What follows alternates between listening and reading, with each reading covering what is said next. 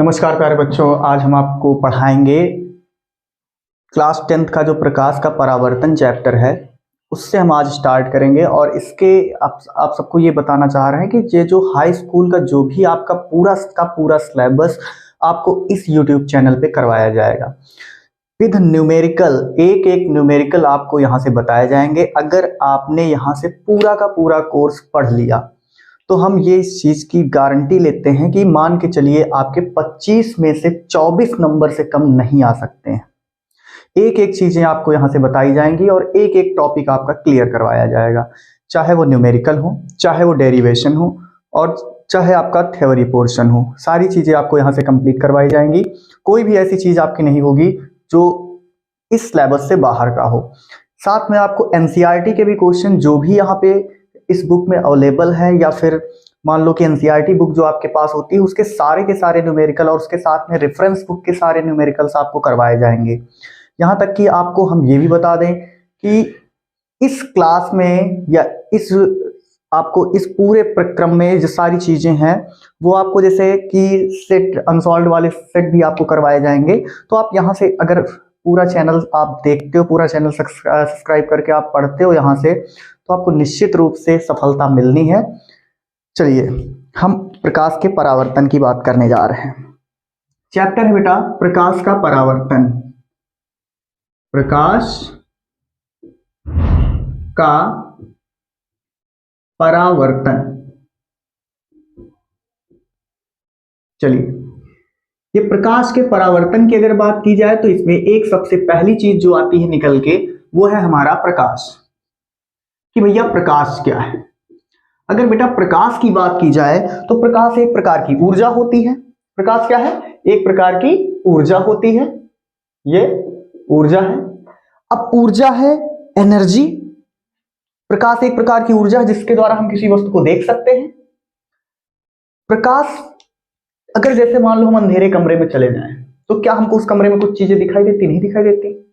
अगर मान लो हम वहीं पे बल्ब जला देते हैं कोई, तो उससे निकलता है प्रकाश, तो हमको चीजें दिखाई देने लगती हैं। तो हम ये चीज तो जानते हैं कि प्रकाश एक ऊर्जा होती है, और प्रकाश ऊर्जा होने के साथ साथ क्या है कि इसके द्वारा हम किसी वस्तु को देखते हैं। किसको देखते हैं? वस्तु को। क्या करते हैं? देखते हैं। तो इसका मतलब क्या हो गया बेटा कि अगर आपसे कोई पूछता है प्रकाश क्या है, तो प्रकाश एक प्रकार की ऊर्जा होती है जिसके द्वारा हम किसी वस्तु को देखते हैं। चीजें क्लियर? तो अब आगे की बात कर लेते हैं। इसमें आपसे पूछा जाता है कि भैया चलो अच्छा ठीक है, प्रकाश हो गया। अब प्रकाश में आता है कुछ वस्तुएं होती हैं जिनको हम दीप्त वस्तुएं कहते हैं, और कुछ वस्तुएं होती हैं जिनको हम अदीप्त वस्तुएं कहते हैं। तो दीप्त वस्तुओं के बारे में जान लेते हैं कि दीप्त वस्तुएं क्या होती हैं। बेटा अगर दीप्त वस्तुओं की बात की जाए, दीप्त वस्तुएं, अगर दीप्त वस्तुओं की बात की जाए तो दीप्त वस्तुएं क्या होती हैं? वे वस्तुएं जो स्वयं प्रकाश उत्पन्न करती हैं। क्या करती हैं बेटा? स्वयं प्रकाश उत्पन्न करती हैं। ये वस्तुएं जो होती हैं ये स्वयं प्रकाश उत्पन्न करेंगी। क्या करेंगी? स्वयं प्रकाश उत्पन्न करेंगी। ये अब स्वयं प्रकाश उत्पन्न करने वाली कौन कौन सी चीजें हैं? जैसे हमारा हो गया सूर्य,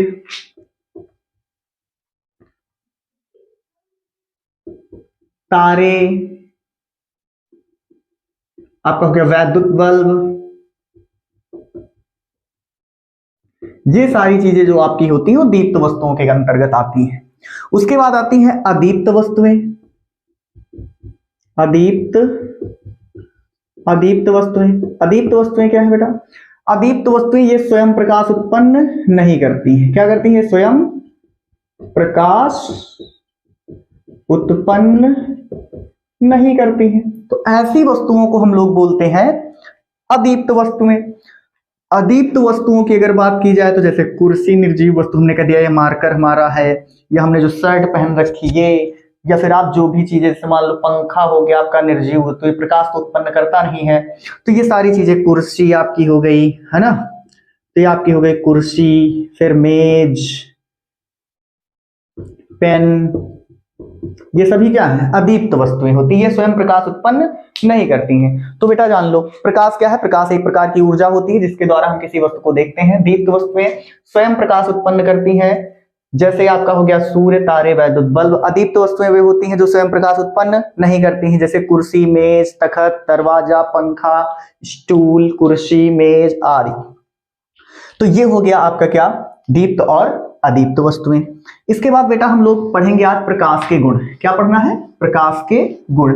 अच्छा बेटा, प्रकाश के गुण क्या होते हैं? सबसे पहली चीज, प्रकाश का गुण ये होता है कि प्रकाश सीधी रेखा में चलता है। देखो सीधी रेखा में कैसे चलेगा, जैसे हमने कह दिया कि मान लो ये प्रकाश जा रहा है, ये प्रकाश जा रहा हमारा, और इसके रास्ते में हमने कोई एक अपारदर्शी वस्तु रख दी, तो प्रकाश क्या कभी देखा है कि भैया चलो अच्छा इधर से घूम के इधर पहुंच जाओ, या फिर इधर से घूम के इधर पहुंच जाओ? ऐसा संभव है क्या? ना। प्रकाश यहीं पे लड़के और क्या होगा, यहाँ पे रुक जाएगा, आगे नहीं जाएगा। तो यानी कि प्रकाश ऐसे तो चलता नहीं, ये कंडीशन फॉलो नहीं करता है वो। तो इसका मतलब क्या हुआ कि प्रकाश जो है वो सीधी रेखा में ही केवल चल सकता है। अगर उसके मार्ग में कोई अपारदर्शी वस्तु आ जाएगी तो वो उसे पार करके दूसरी तरफ नहीं जा सकता। तो पहला गुण हो गया इसका। क्या हम पढ़ रहे हैं बेटा, प्रकाश के गुण। प्रकाश का पहला गुण क्या है कि प्रकाश सीधी रेखा में चलता है। दूसरा काम इसका ये होता है कि प्रकाश जो होता है वो निर्वात में भी चलता है। कहां पे बेटा चलता है? निर्वात में भी चलता है।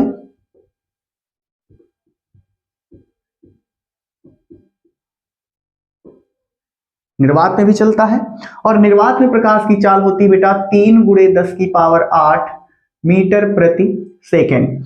निर्वात में प्रकाश की चाल कितनी? 3 गुणे 10 की पावर 8 मीटर प्रति सेकेंड। ठीक है। अब बेटा एक चीज यहां से निकल के आती है कि निर्वात क्या है। ये निर्वात क्या होता है? निर्वात एक ऐसा स्थान होता है जहां पर कोई भी पदार्थ उपलब्ध नहीं होता है, यहां तक कि वहां पर हवा भी उपस्थित नहीं होती है। तो ऐसे स्थान को हम लोग निर्वात बोलते हैं। यानी ऐसा स्थान जहां पर कोई भी पदार्थ उपस्थित नहीं होता है, यहां तक कि वहां पर कोई भी वायु भी उपस्थित नहीं होती है, तो ऐसे स्थान को हम लोग बोलते हैं निर्वात। चलिए इसके बाद बेटा हम बात कर लेते हैं कि ये निर्वात हो गया। तीसरा इसका गुण क्या होता है? पहला तो हो गया कि प्रकाश सीधी रेखा में चलता है, दूसरा हो गया निर्वात में चलता है। निर्वात में प्रकाश की चाल 3 गुणे 10 की पावर 8 मीटर प्रति सेकंड होती है।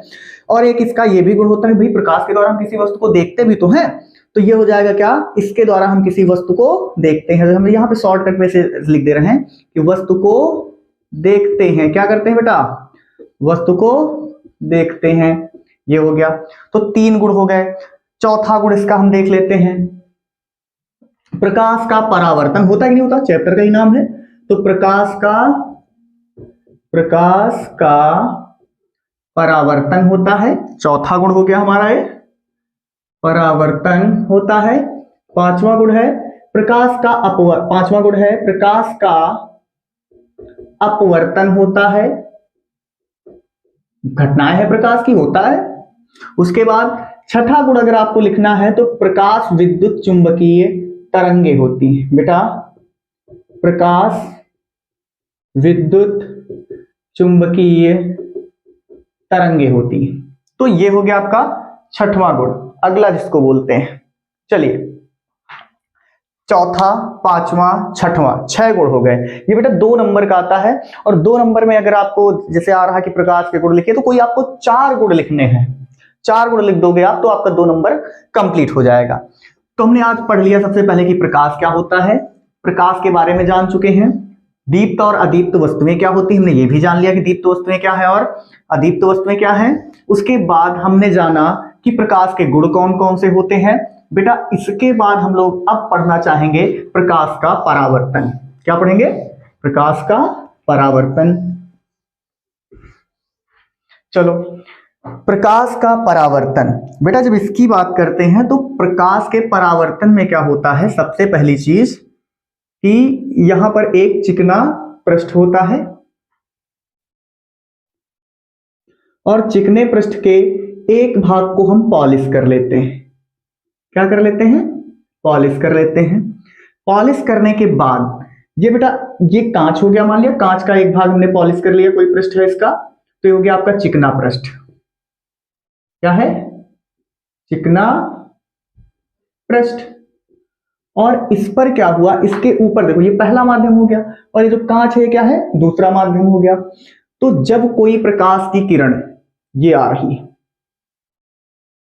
ये प्रकाश की किरण है, इसमें एरो जरूर लगाना बेटा, ये प्रकाश की किरण है और जब कोई प्रकाश की किरण किसी चिकने तल से टकराती है और टकराकर वापस उसी माध्यम में, देखो एक कांच दूसरा माध्यम हुआ, ये उसके पहले क्या है, पहला माध्यम है, वायु जिसको बोल सकते हैं, ये वायु है और वायु से प्रकाश आ रहा है, कांच पर टकराया, टकराने के बाद वापस कहां लौट गया, वायु में ही लौट गया।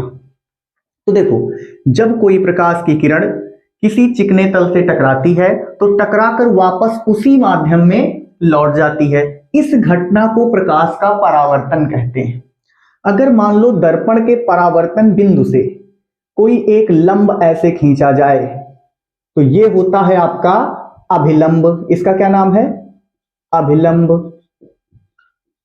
ये हो गया बेटा आपका अभिलंब। ये जो प्रकाश की किरण इस पर आके गिरती है उसको बोलते हैं आपतित। जैसे आके गिर रही तो उसको क्या बोलोगे, आपतित, आ रही ना तो इसको क्या बोलोगे, आपतित किरण। कौन सी, आपतित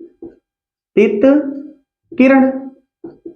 और जो हमसे दूर जा रही प्रकाश की किरण अभी दूर जा रही है तो इसको क्या बोलोगे, टकरा के वापस गए तो इसको क्या बोलेंगे, परावर्तित। क्या बोलेंगे, परावर्तित। और ये हो गई हमारी क्या, किरण। अब देखो बेटा आपतित किरण और ये जो अभिलंब है इसके बीच बना कोण आपतन कोण होता है। क्या होता है, आपतन कोण। आपतन कोण को बेटा कहां से लिखते हैं, आई से। और अभिलंब और परावर्तित किरण के बीच बना कोण परावर्तन कोण। कौन सा कोण, परावर्तन कोण इसको बोलते हैं। परावर्तन कोण को कहां लिखा जाता है, आर से। चलिए फिर से देख लेते हैं। प्रकाश का परावर्तन अगर कोई पूछता है तो क्या बताएंगे, जब कोई प्रकाश की किरण किसी चिकने तल से टकराती है, चिकने तल से टकरा रही है, देखो प्रकाश की किरण है किसी चिकने तल से टकराई, टकराकर वापस उसी माध्यम में लौट गई, इस घटना को क्या बोलेंगे, प्रकाश का परावर्तन। आने वाली किरण को बोलते हैं, जो प्रकाश की किरण आके चिकने पृष्ठ पर गिरती है उसको क्या बोलते हैं, आपतित किरण। जो टकरा के वापस जाती है उसको क्या बोलते हैं, परावर्तित किरण। और जो परावर्तन बिंदु से एक हम लंब डालते हैं उसको क्या बोला जाता है, अभिलंब। अभिलंब और आपतित किरण के बीच बना कोण आपतन कोण होता है। अभिलंब तथा परावर्तित किरण के बीच बना कोण परावर्तन कोण होता है। आपतन कोण को आई से लिखते हैं, परावर्तन कोण को आर से लिखते हैं। अब बेटा देखो इसी में आपसे पूछा जाता है कि भैया परावर्तन का नियम बताओ। ये जब भी आएगा आपके पास 4 नंबर का आएगा, ये 4 नंबर का आएगा। प्रकाश का, या फिर आप लिख सकते हो प्रकाश के परावर्तन के नियम, या प्रकाश के परावर्तन के नियम। ठीक है, चलिए इसमें देखो हमने क्या पढ़ा, जब कोई प्रकाश की किरण किसी चिकने तल से टकराती है तो टकराकर वापस उसी माध्यम में लौट जाती है, इस घटना को प्रकाश का परावर्तन कहते हैं। परावर्तन के कितने नियम होते हैं बेटा, परावर्तन के 2 नियम होते हैं। पहला नियम ये होता है, जान लो, ये कौन सी किरण, आपतित, ये कौन सी किरण, परावर्तित, ये कौन सी, अभिलंब। तो बोलेंगे आपतित किरण, परावर्तित किरण तथा अभिलंब तीनों एक ही बिंदु पर मिलते हैं। मिलते हैं कि नहीं मिलते, आपतित किरण, परावर्तित किरण और अभिलंब तीनों एक ही बिंदु पर मिलते हैं। यानी कि इसको हम लिख सकते हैं आपतित किरण तथा परावर्तित किरण तीनों एक ही बिंदु पर मिलते हैं। उसके बाद बेटा दूसरा नियम इसका क्या होता है, ये कौन सा कोण है बेटा, आपतन कोण। ये कौन सा कोण है, आपतन कोण। तो आपतन कोण आई, कौन सा कोण, आपतन कोण आई, सदैव परावर्तन कोण आर के बराबर होता है। सदैव परावर्तन कोण आर के बराबर होता है। तो बेटा ये आपकी रही पहली क्लास और इसमें हमने बताया है आपको